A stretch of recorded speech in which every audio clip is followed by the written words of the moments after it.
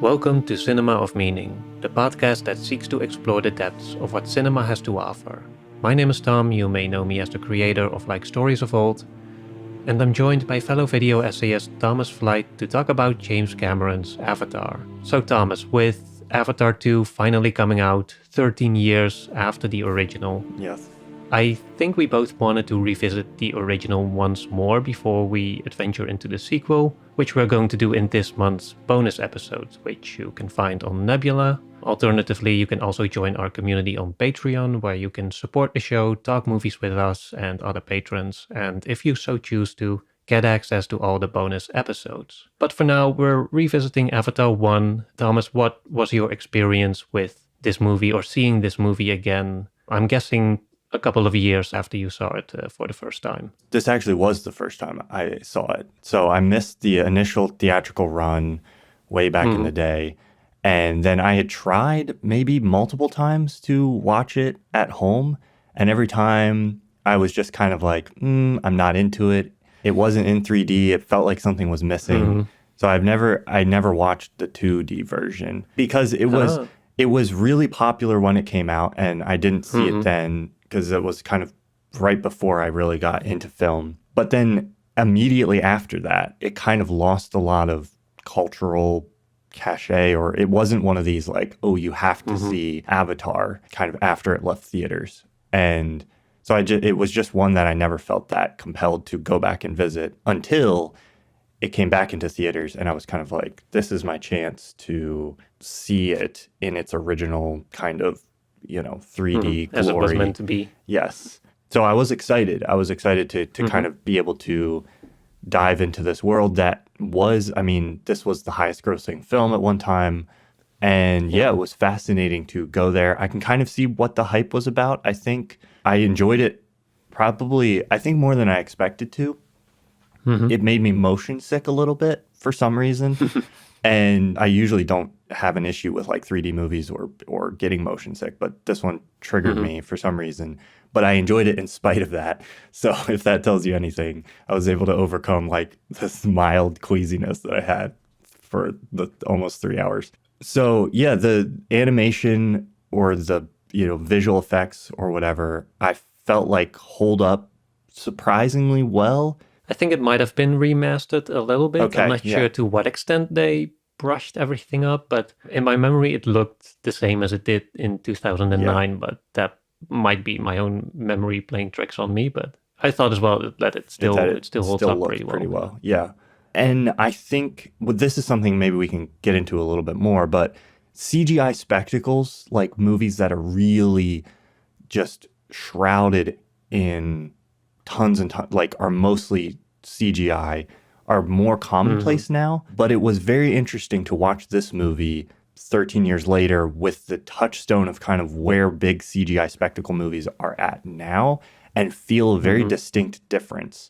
This movie feels very different to me. It felt more like, almost like what Judd Apatow is trying to do with like his Disney quote unquote live action anime, the photorealistic like animated films.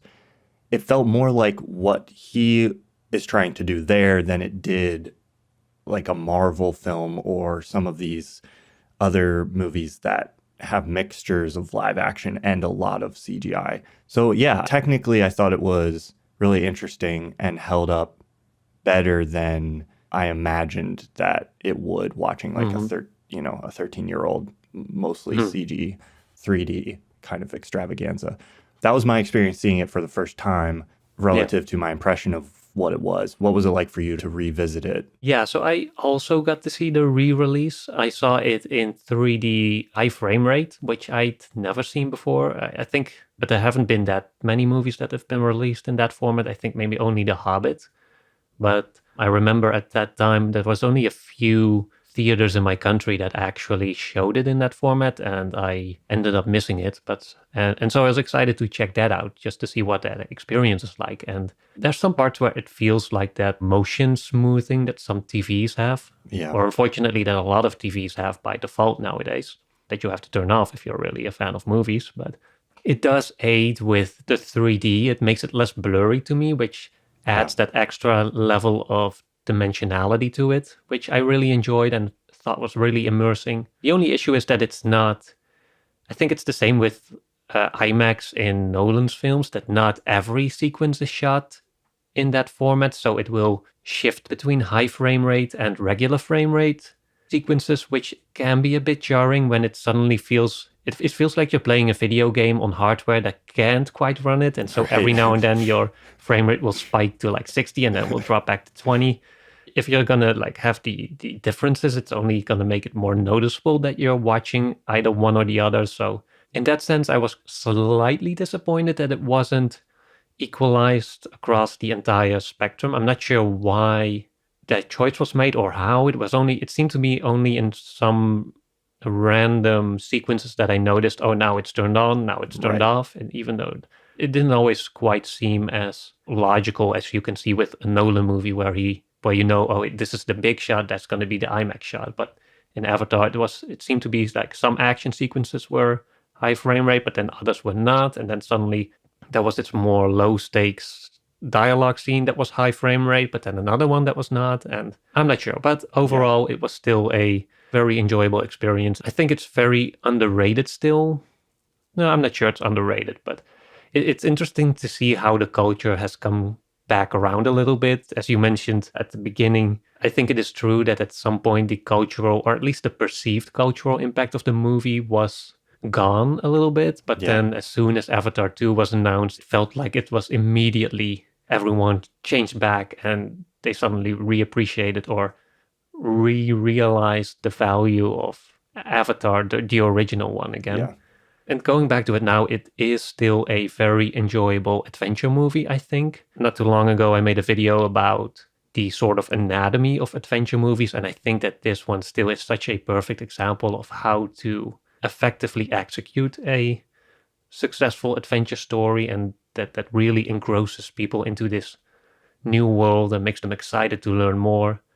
And I went with my girlfriend and another friend, but she actually thought like the action scenes were the most boring part of the movie, and I kind of agree that in the last half hour or so it becomes more the predictable battle, and it's shot very well. It's very exciting, very thrilling, and I still like it. But I think I would almost say it as a compliment that this is the least exciting part of the movie, and that to me, when you say that the first part of a movie is actually the best part at least in terms of an adventure movie, that's a really good sign that you're really telling an exciting adventure to some extent, because it's not, what it essentially says is that people are not coming to see the action, they're not coming to see spectacle, they're really coming because they're invested in the world, or they feel invested in the characters and their relation to that world.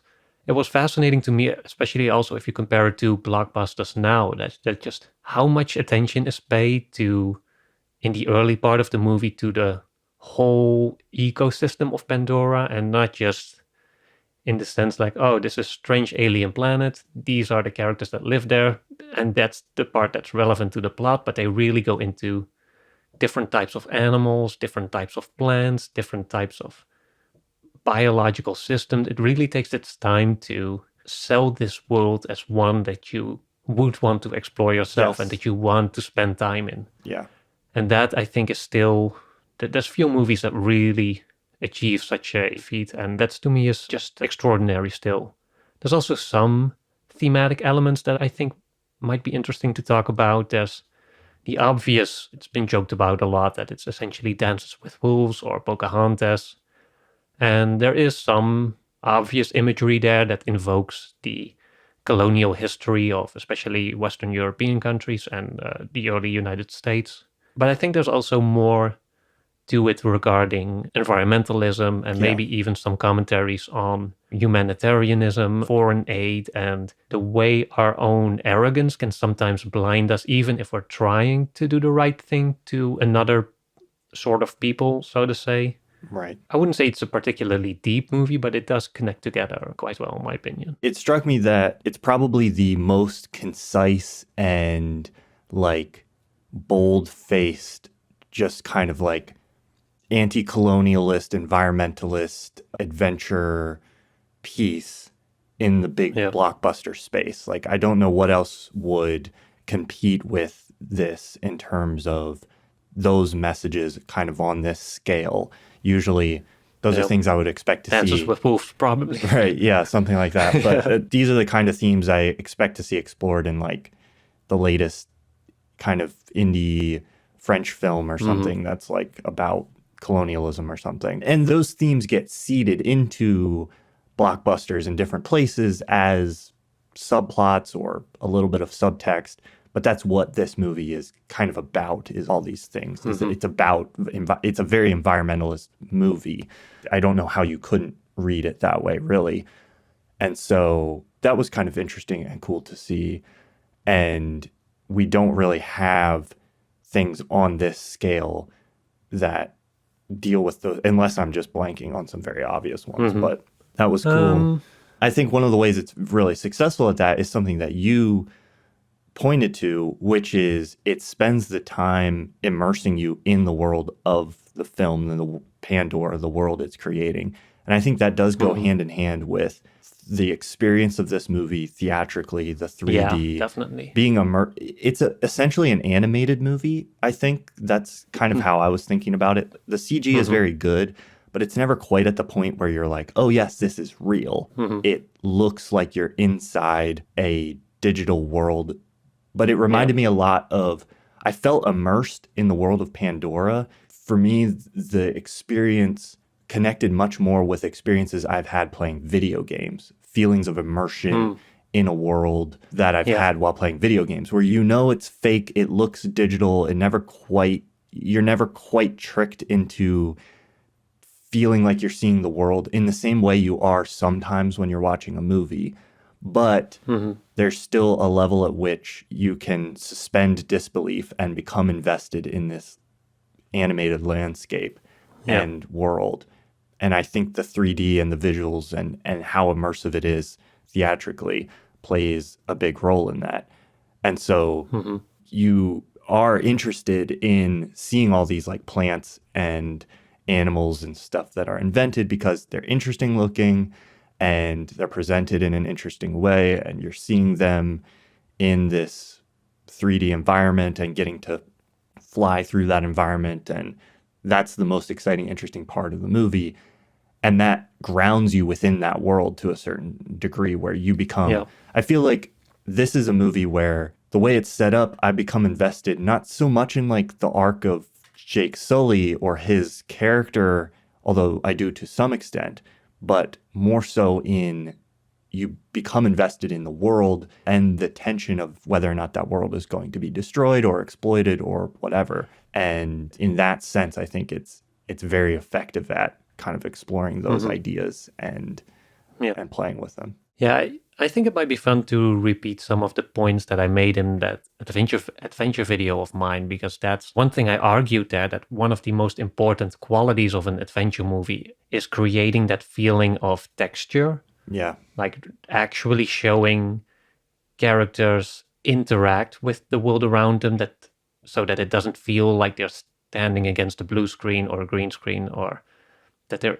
you want to feel like you're actually able to touch the stuff that's around them. And that's something that Avatar, despite being all fake, it still does really well, even if it is in that video gamey way that you mentioned. Because if you look at, for example, the first time that Jake gets into his avatar, the first thing he does is he runs through like a crop field. It really emphasizes his feet running through the dirt, and then he stops and you see him kind of like wiggling his toes in the sand, and it's literally like a grounding image. Yeah. And there's a lot of that like it, where it really zooms in on characters interacting with plants or with animals. It really does all the work to really get that feeling or that sensation that you're in a tangible world, that you can just like reach out and touch it. And I think that's one element that really sells it. And also just the fact that there's a lot of characters that are really passionate about the world itself. There's the Na'vi, who have obviously that great spiritual and even their biological connection with the world around them, but also in the human characters that you as the audience relate to. Those are the ones like Sigourney Weaver's character, who's this biologist or botanist or some person who's really passionate and interested in the world and who wants to learn about it. And as you're identifying with her character, I think movies have this great magic that they kind of invoke within you that same passion that you're almost tricked into caring about something that you might not always be super interested in. Yeah. Jake Sully, in that sense, is more of a blank slate, but he is someone who's very, because of that, very open-minded. I think he literally refers to himself as an empty cup at some point when he's first taken to the Na'vi, and one of them remarks that there's nothing they can teach him because all the foreigners or the aliens, they're all full cups. And Right. Jake sort of reassures them by saying that, oh no, my cup is completely empty. Yeah. And, it's a little joke, but I think it does signify a little bit that he is someone who is willing to open himself up and to take in that world and to learn about it. And, because he's the main character, we identify with him or we connect to him to some extent. That becomes our surrogate into that world, which just really helps to get you to channel your own excitement into the whole movie watching experience. And lastly, it also helps that all the bad guys, the ones who aren't romanticized by this world, are all more like ridiculously evil or corporate, or they all feel like these stereotypes and maybe almost cartoonishly evil villains, which might seem superficial, but I'm guessing it's done on purpose. Just it's the way they have the mineral that they're looking for, the material, that it's called unobtainium. It's it's so on the nose that it has to be deliberate almost, but and I think that to some extent the whole story feeling like this archetypal tale of small group standing up towards the big guy and the neutral party within it finding his purpose in that conflict. There's just nothing that distracts from the adventure too much and the focus on the world itself. Like everything else, it feels you don't have to think about the complex intricacies of the plot or very complicated character dynamics. It is all very simplistic, but I think that it's done in a good way, in a way that serves the actual experience that James Cameron probably wanted to convey or to deliver. And I think that's really the core experience, is really just the adventure into this strange new world in a way that only movies or, maybe video games as well can provide. Yeah, I agree. I think you are correct in that assessment of the main driving force here being the kind of fun, exciting main adventure. And there is this theme and drama playing out, but that is portrayed with those broader strokes where you're not having to like read into subtext and all these things to get that stuff. It's just right there, and you can kind of just get excited about, hey, they're trying to jump on a flying creature and tame it. Or those are the moments in the movie, to me, that it allows you to get invested in those individual moments or the excitement of those individual moments, which I think, to your point, is what makes it effective as a kind of adventure film. Yeah, definitely. Maybe then more on a thematic note, did you have any first impressions on, we've touched on a little bit on some of the seeds that were planted here and there, the environmentalist message. How do you think it more specifically, how that's all woven into the movie, and to what extent do you think it's successful in communicating any message, if at all?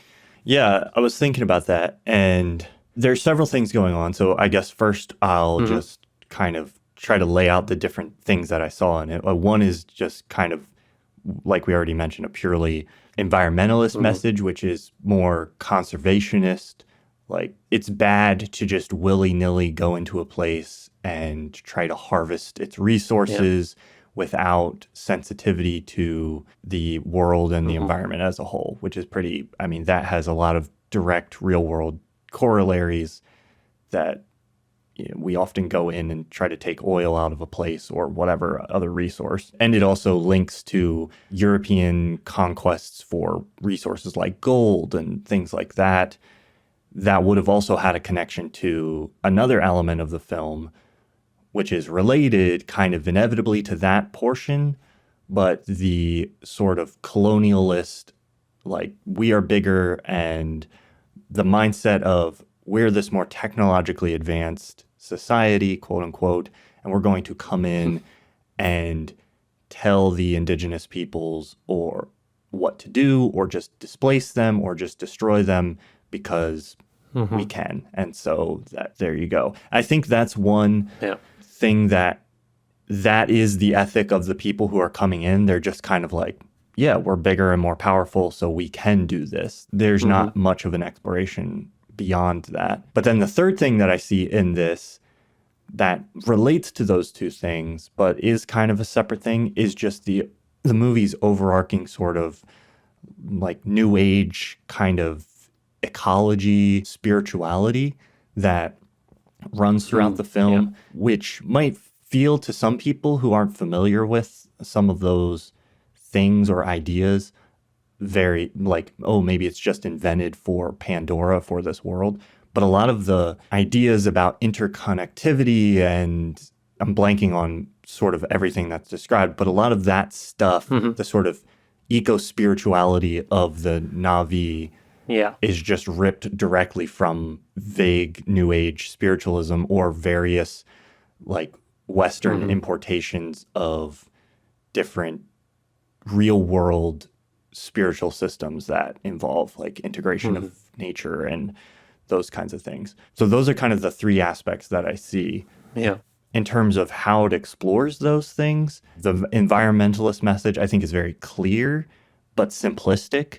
It's Yeah. it's effective in that by getting you on the side of the world and immersing you in sort of the beauty of this world, you are then very disheartened to see it destroyed. So in terms of the environmentalist, I think it does that effectively, but it's not very nuanced. It's just like black, white, Yeah. bad to destroy, good to conserve. I'm not saying that's bad. I can pretty much get behind that vibe, but it's not like digging into all these like nuanced, Yeah. like, It's not really telling you anything that you didn't feel right. already before the They're not movie, even probably. saying like, oh, if they find this unobtainium, unless they are, I don't think they put any cost to it. Like, if we don't get this unobtainium, like millions of people back on Earth are gonna starve or something like that. No, I think it was purely presented as a token of greed Yes. and Yeah. desired welfare, not really a we have to do this otherwise Right. moral Yeah. dilemma. Yeah. So yeah, Which I think is fine. it's definitely very Yeah, one-sided. I Yeah. think it's fine, but I can imagine a version of this story where you're like, it is a moral dilemma where it's like, oh, we don't Mhm. want to be doing this, but we feel like we need to because Mhm. blank, blank, whatever. Yeah, I think that's just because James Cameron didn't want that to be the Yes. focus of the Yeah. story. He didn't want to have, because that would shift the entire focus point of the movie, or at least the philosophical tension. And I'm not sure if that direction would have necessarily been better, even though it's more complex, or at least on the Right. surface, it would seem more nuanced or more two-sided. But yeah, I agree. The environmentalist message, at least on the surface level as it is, it's quite simplistic. It's quite new agey as well. I think there's some interesting, at least that's what I noticed this time, some interesting connections there as to how it deals with our conceptions of nature, Right. and how it makes some things explicit that we only treat as more spiritual. But I'll get back to that one. I think also to your second point with, that's why you talked about Colonialism and yeah. displacing indigenous people. And Hmm. Yeah, it's obviously it's related to the first point, but I think what I liked about my last viewing of the movie is that I noticed that it wasn't just the colonialist or the colonists are bad because they use violence and destruction, but they are also shown that they first tried to do other stuff. Though they tried to set up schools, they gave them clothing, medicine, whatever, and roads, infrastructure. And I think that the movie, more subtly than the other message, communicates here that there's also that sense of arrogance in that we believe that just because we have, yeah. in our perception, that we have more or that we are more advanced, that we automatically have something to offer, even though we don't consider, or at least don't truly consider, that there might be cultures out there like the Navi that truly do not care about anything that we could give them. Yeah. Yeah. And so that even when the efforts were still more benign and more well-intentioned, that there was still a same drive of arrogance that we can do some good here if only we insert ourselves in some Yeah. way. And I think the movie does communicate that quite well. I think there's some discussions with the corporate guy about who's actually in hindsight quite willing to go for the carrot option before Right. having to use the stick as he uses or as he puts it, even though it's only motivated by the stick leading to more bad press and Right, so the right. carrot being better in that sense. But yeah, I did like this time around that there is more discussion about and more willingness to try out different methods, even though they might still be the same, a more benign reflection of the same arrogance that ultimately ends up trashing the whole home tree and nearly destroys all the beauty that we've come to care for in this world. Yeah. So that's something that I thought was really interesting. Yeah, it has this kind of implicit message of advocating for a true, like, understanding of the way the Na'vi are living and their knowledge of the world of Pandora, and appreciating that in a holistic sense instead of just going in and trying to, like, teach them immediately the modernized, Yeah, yeah. for lack of a better word, westernized stuff, and then trying to study their world independent of them. Yeah, it is interesting that it kind of portrays that approach that Sigourney Weaver's character, I forget her name, takes as kind of also unsuccessful to a certain degree. I mean, they show those characters as being sort of accepted and liked by the Na'vi to some extent, but they aren't the ones who, like Jake Sully, kind of rally and save the day and or help. I don't know. There's a distinction drawn there between the two. Yeah, there's some unshown backstory there as to her character's name was Grace Augustine, that she apparently had set up a school and tried out these different ways of connecting and communicating with the Na'vi. And that took a turn for the worse at some point. That's not really depicted in the movie. I think it's because she ultimately as well had to maybe negotiate some relocation for the Na'vi people. And I think maybe the difference with Jake is that Jake really comes in as that empty cup. He really opens himself up to learning, to becoming part of the Na'vi instead of becoming a communication point with them. And I like that in that sense, it really challenges you to see the world differently from the ground up, almost really go at it from a different perspective, to the point where I think that Jake also at some points reflects on that you can no longer really tell which is the dream and which is the real life. I'm not sure, like, if you've ever had that, if you go camping or you've been in the woods for a while and you're just spending the day building a campfire, reading a book or something, or doing hiking, and just kind of relaxing away from it all. And then you start thinking, or you go back and you feel this kind of whiplash effect where you're no longer sure, was that like the vacation from your real life, or is your real life just a delusion from what should be your real life in a sense? And that to me still is a fascinating, I think it's a real philosophical problem that we face as humans who, especially in our modern society, tend to have this vague sense of disconnection from nature, even though when we are actually in nature, we also don't feel like we're quite belonging there, or we feel like that's in some way a deviation from our quote unquote reality, which is in the city, in the modern life, or just even in a suburb or a small town. Yeah. It's like, and even I for myself, like I am on board with the environmentalist message generally. Like I think it's bad to ruin the environment we live in, but at the same time, I don't want to go back to living in the woods. I also enjoy the comforts of modern society, or at least so that maybe I've just deluded myself into thinking that.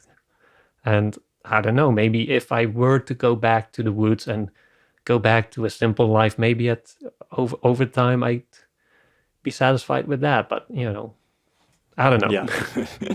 Not many. I think I think that's just for a lot of people, maybe such questions came up with this movie. I remember when Avatar first came out, there were or at least a significant amount of people who got really into this world and they started living according to the Na'vi rules, and they became really spiritual and became like this cultish following of people who were, they really went too deep in the woods and may have gotten themselves lost. But it does show that there was a real effect that this movie had on people's perception on how they live and maybe on how they should live and what their relation to the environment should look like, which I think is still Yeah. worthwhile to reflect on and to think about. There's at least one kernel of that I find to be very true. There's bigger philosophical questions surrounding all of it that I think are worth asking, but there's the specific part of it that really resonates with me is this idea that knowledge of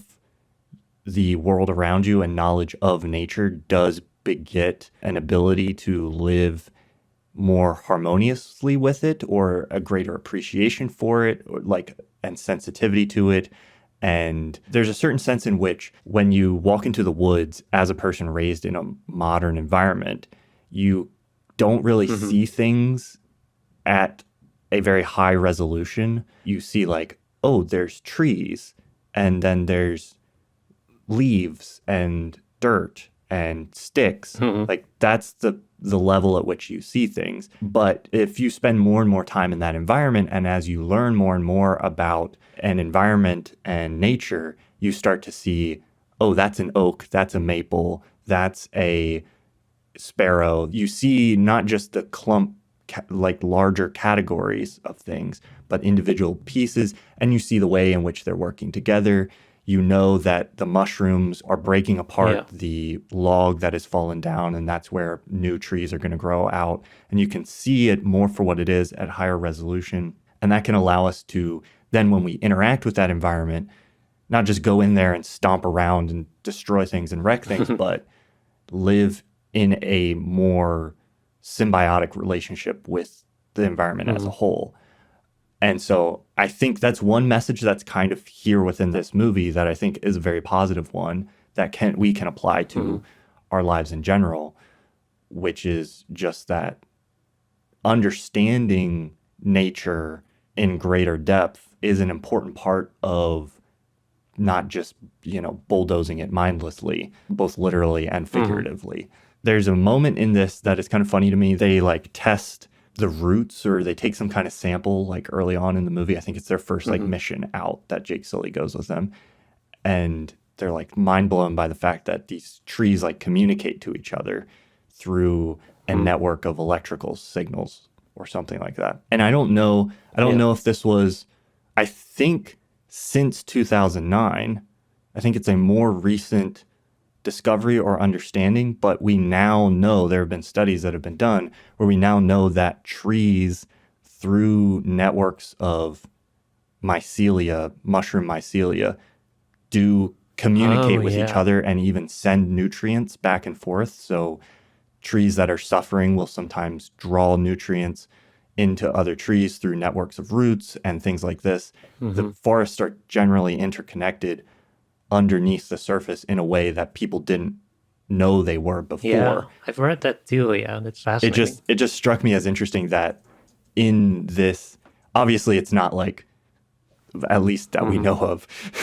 obviously our forests on Earth are not storing the memories of our ancestors as far as we're aware, which is what it ends up being on Pandora. That electrical network is part of, something a lot bigger. But it was just funny to me that it's presented as this science fiction concept almost, that these trees would communicate with one another. And I'm pretty sure it's a science nonfiction. Yes, to some extent. That's much closer to the reality than maybe James Cameron even realized when he was making this movie. I was also thinking about when you mentioned the way we perceive nature, that it also plays into our sense of functionality with regards to nature. And I think it was the philosopher Heidegger who talked about human beings being essentially functional perceivers. When we see the world, we see it in terms of how we utilize it.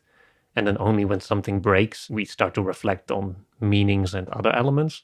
And so in that sense, when you apply that to what you just said about us not being as familiar with nature as we once were, it also would imply that we've lost that sense of how we make nature functional to us in that more direct way.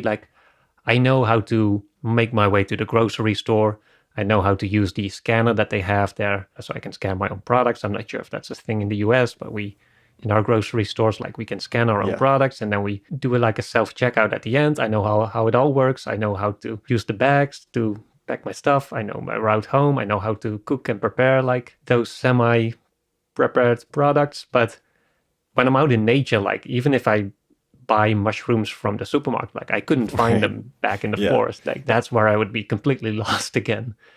And so I think that in that sense, we've maybe the disconnect with nature we sometimes feel is also the disconnect of us knowing that we no longer are able to function within nature in its original state, so to say, without the additional functions that we've created for ourselves in modern society. So yeah, I think that's also something that maybe heightens the issue that you mentioned with that perceived sense of disconnect. And once you've then reclaimed more of that knowledge of how things work and how you can utilize them or not, or maybe, with functionality also comes the knowledge of knowing what you should leave as it is Yeah. and not touch, like poison mushrooms or entire ecosystems that you probably shouldn't destroy because that's ultimately going to be bad for you as well. There's that sense of knowledge that's also been lost a little bit in that Avatar. Not deeply, but somewhat touches upon with its call to have us reevaluate nature or reappreciate it, at least in the context of that story where it's obviously just about Pandora. Yeah. But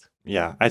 I find its environmentalist message compelling. I think it's a little more clunky when it comes to how it's interacting with ideas about colonialism and indigenous people groups, in the sense that I haven't seen indigenous critics talk about this movie. I don't really know how they feel about it, but it's just interesting to me that what's presented in this movie is something that on one hand you could tie to any number of specific scenarios or events, like the colonization of North America, or we talked about Apocalypse Now not that long ago, like any number of instance, or even more recent stuff, any number of instances where a larger, more technologically advanced society goes in and forcefully displaces indigenous groups to get at a resource or just take land or whatever. yeah, But it essentially just creates an avatar out of those, for lack of a better term, avatar out of those people groups. It's kind of borrowing and kind of a romanticized image. and also. it's just borrowing and mixing and matching and maybe even appropriating. I'm not saying that makes it wholesale like this is a bad movie and that they shouldn't be doing that. I just think it's less effective at exploring those ideas than it is the broader environmentalist. Like I don't know if it has anything interesting to say. It feels more like a white people, like colonialist revisionist history kind of a thing, of like a reimagining like of the scenario from a perspective where colonialism loses. So I don't know. It still takes a very specific and again, I don't think it's a bad movie for those reasons specifically, at least for me. Other people might feel differently, but I find that element of it kind of interesting. And I'll be very interested to see where the future films go, and kind of this movie coming out in 2009 and its relationship to a lot of these ideas, and how much kind of the cultural discourse surrounding those things has changed over the last 13 years. I'll be very interested to see how the handling of that, like if it is impacted by that, if it changes, if it's similar. I don't know. That's just a point of curiosity that I have about the direction these movies will take. This episode was brought to you by Mubi, the curated streaming service showing hand-picked exceptional films from around the globe, which both Thomas and I have been big fans of for many years. They have a fantastic library of amazing films, and they add a new one every day. Whether it's a timeless classic, a cult favorite, or an acclaimed masterpiece, there's always something new to discover. And if you want to listen to more in-depth discussions about cinema, Mubi's acclaimed audio documentary series, The Mubi Podcast, returns this summer for its second season. This time it's going to focus on movie theaters themselves. It's titled Only in Theaters, and the new season will tell surprising stories of individual movie theaters that had a huge impact on film history, and in some cases, history in general. You can listen to the latest season of the Mubi Podcast absolutely free wherever you get your podcasts. And if you want to try Mubi itself, you can do so for free for 30 days by going to mubi.com/cinema of meaning. That's Mubi, mubi.com/cinema of meaning for 30 days of great cinema for free. Click the link in the description or go to movie.com/cinemaofmeaning for your extended 30-day free trial.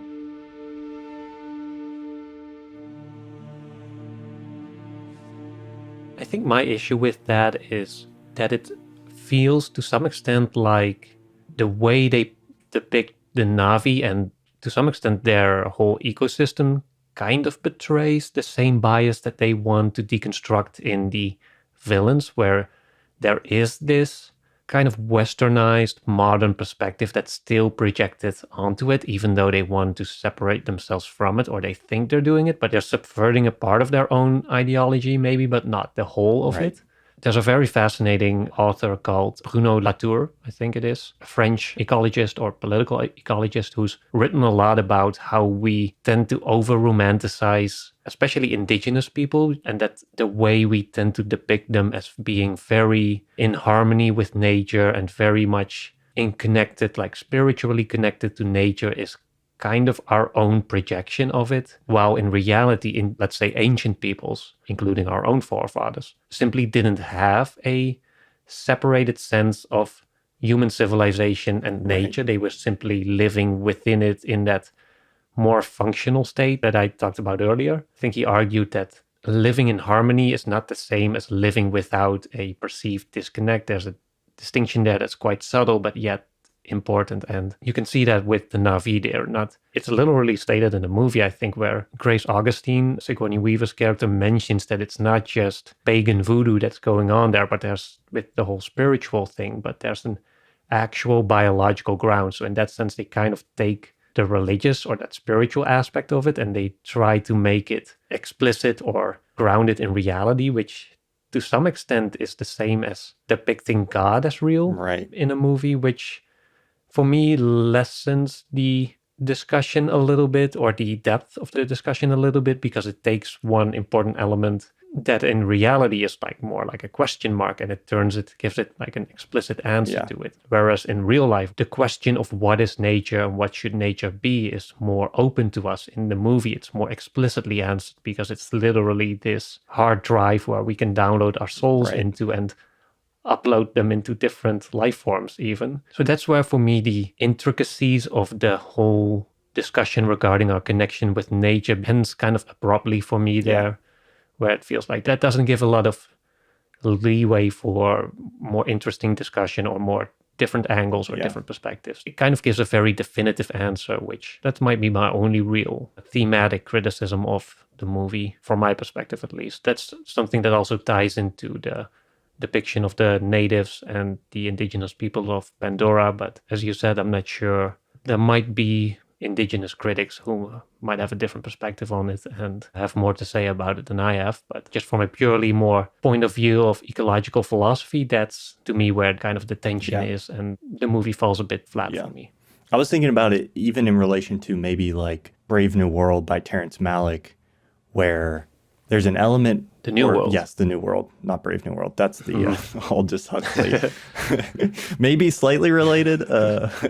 Well, that's another element of this was like early on in this movie, this is sidebar for a second. Early on in this movie, you're like, oh, there's elements here of virtual reality, and maybe there will be a commentary about, living outside of ourselves in an avatar and where the future is going. Not at all what this movie is really concerned about, which is fine. I think it has other things to do. But I think that's another way in which it sets up something interesting there and then doesn't go anywhere with it, which, I'm okay with. But for a second, there's a whole untouched discussion on how consciousness works and whether or not humans have a soul and what you can do with it and how it relates to biology.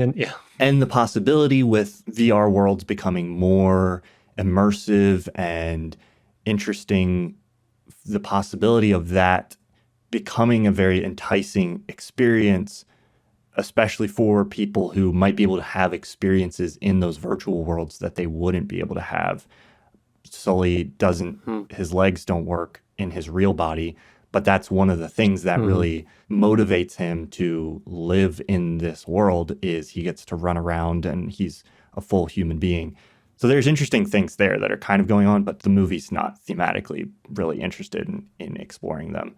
Back to what I was going to say regarding the New World is I don't think our view of Natiri, I think is how you say her name. I won't say never, but we don't really escape like Jake's gaze of her. We mostly see her and the Na'vi through Jake's gaze and through the gaze of, whereas there are some movies that explore this world or this dynamic between an indigenous people group and a colonialist force where the indigenous people are humanized a little bit and we see them from a gaze that kind of exists outside of the outsiders or separate from the outsiders.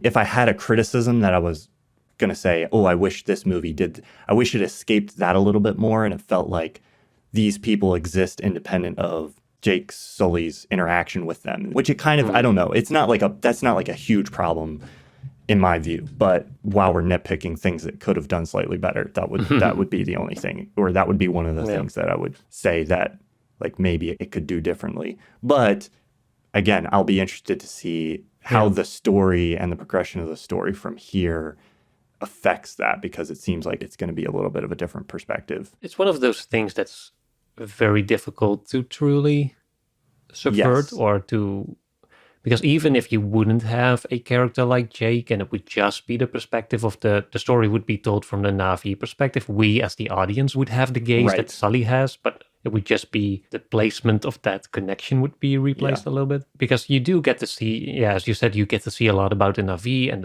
their culture and their ways, but we all kind of experience it through the avatar, so to say. But yeah, even if you take Sully out of that equation and it would just be the Na'vi fighting against the anonymous outsider force, then the film would probably still depict all those customs and that culture, and we would still be gazing at it with our outside perspective. So it's a point I understand, but I also feel that it's one that's really hard to completely solve in some way. I agree. Again, I'm not presenting that in a kind of binary like, this makes the movie bad and it would have been better if it had done this, or if it had done this, it would have fixed certain things explicitly. I think it's just an interesting part of the discussion around the framing of these kinds of stories.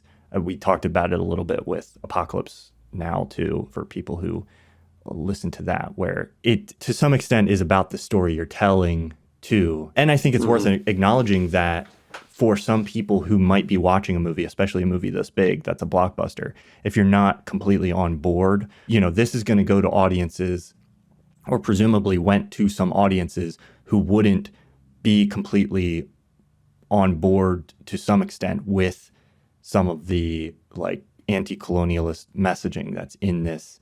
Even if they're not explicitly colonialist, they might be in their thinking to some degree. And I think there can be an effectiveness to a little bit of hand-holding there of like, okay, we'll take you and introduce you to this world and another culture through the eyes of somebody that you can relate to. And that might be necessary for some people to kind of bridge the gap and see things from another perspective. So it's hard to pass judgment on how that is done. I don't know. It's just, I think it's an interesting issue with these kind of stories. But to put a cap on all of this, I think you're going back to your point at the very beginning. This is an interesting discussion, but it's not really, ultimately the movie is working most effectively as like, hey, it's an adventure movie and we're on an adventure with Jake Sully and the Na'vi through this land. And ultimately what we're invested in is we want to see it not get blown up, basically.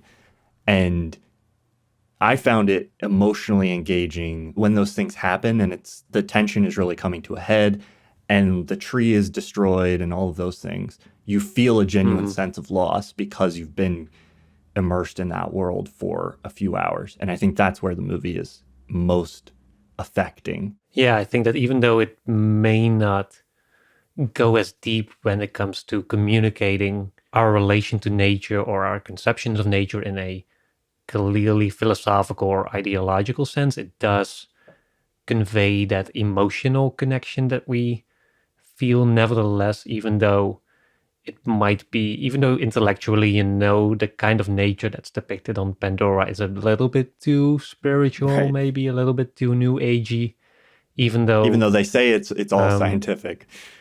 yeah, and even though that makes it a bit harder to translate to real world environmentalist issues where even though we learn more about nature, like the connected Trees, yeah. forests that you talked about, yeah, it's still not infused with the kind of religion Yes. that is made explicit in Avatar. And so in that sense, there's friction there when we want to use this as a template or as a starting point to, or as a metaphor even, to talk about issues that we have with our own environment, which I don't think are quite the same. But yeah, nevertheless, I think it does really connect with that sense of us wanting to be more of a part of nature, or at least feeling a sort of disconnect and feeling that desire to do better and in some way acknowledge that what we're doing to the environment isn't always Yeah. great and sometimes even downright destructive and harmful to individual peoples and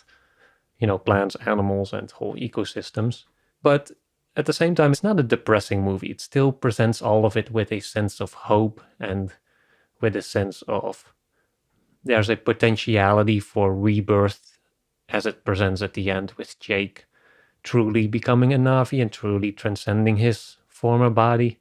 I'm not sure what to do with that thematically, but I guess we'll learn more about that in the later movies, although I don't think the concept of consciousness and the way it can jump from one organism to another through the help of the Awa, I think it was called, the god or goddess or force that connects everything together on Pandora. But Yeah, I think it'll be interesting to discuss further, and I'm interested to see and talk about the way of the water, way of water, or whatever the next one is called, and yeah, perhaps more from there. the next Avatar, the next Avatar is called The Way of Water, and you can go over to Nebula right now, and that's where we will continue our Yeah, discussion. we'll talk more about the latest one.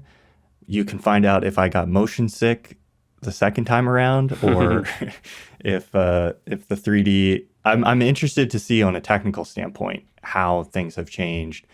And Yeah. I think there will be some interesting thematic elements inevitably to discuss because that's part of the world here. And like I said, I think I'll be interested to see where some of that is going.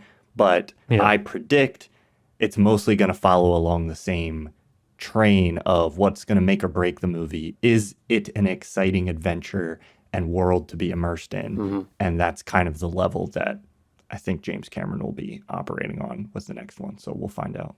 Yeah, I'm mostly fascinated by the fact that they shot not one sequel, but four. So, Yes. and considering how the first Avatar is this very archetypal, simplistic story with a clear beginning, middle, end, and it's just a nice little Yeah. package, then I can imagine if they would just do one sequel, that it might be a soft reboot, Right. or maybe like The Force Awakens, where it would kind of be the Earth same, is back. but not really. And we got bigger guns Yeah. this time. But if considering they're doing 4 extra movies, I'm curious to see, or at least I'm hoping that there would also be a larger Yeah. story arc that goes more in depth in certain issues. Maybe even goes a little bit deeper into how the consciousness functions, or how Awa functions as this kind of grand consciousness of this planet. I'm mostly excited to also explore different parts of the planet. I think based on the trailer, at least, it's going to look pretty good and take us to some interesting new places, because that's also the difficult thing. You can only to recapture that magic of discovering something for the first time, or discovering that world for the first time. That's not going to be the same as it was the Yeah. first time around. So I have faith in Cameron that he's going to provide us with interesting new parts of this world, or to really deliver on that sense of adventure again.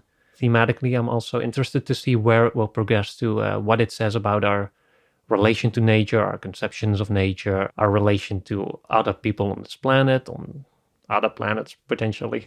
Yeah.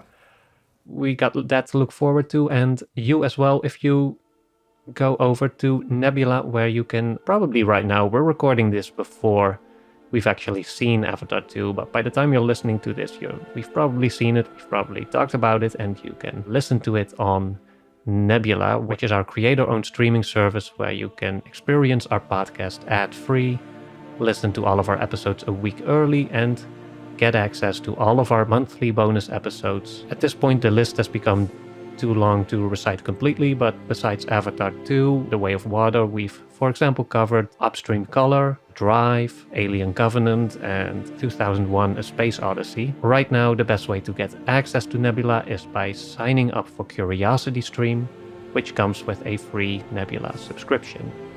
To learn more, visit curiositystream.com/cinemaofmeaning or just follow the link in the show notes, and we'll see you again next time.